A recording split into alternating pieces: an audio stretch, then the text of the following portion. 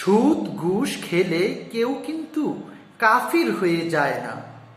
চুরি ডাকাতি রাহাজানি করলেও কেউ কিন্তু কাফির হয়ে যায় না। জেনা ব্যভিচার এর মতো এত অশ্লীল বেহায়াপনা খারাপ কাজ করেও কিন্তু কেউ কাফির হয়ে যায় না। অথচ আমাদের আদর্শ, আমাদের পথ প্রদর্শক, আমাদের বিপদের দিনের সুপারিশ দাতা, আমাদের কলিজার টুকরো, নয়নের মণি সাইয়্যিদুনা হযরত মুহাম্মদ সাল্লাল্লাহু আলাইহি ওয়াসাল্লাম বলেছেন, বাইনাল আবদি ওয়া বাইনাল কুফরি তারকুস সালাহ। বান্দা এবং কাফিরের মধ্যে, কুফরের মধ্যে পার্থক্য হলো নামাজ বর্জন করা।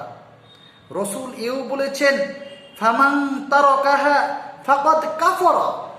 যে নামাজ ছেড়ে দিল সে যেন কুফরি করল।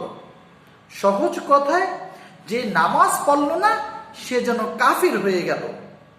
তাই আসুন আমরা নিয়মিত 5 ওয়াক্ত নামাজ আদায় করে পরিপূর্ণ মুসলমান হয়ে যাই, যাতে আমাদেরকে কাফির হয়ে মৃত্যুবরণ করতে না হয়।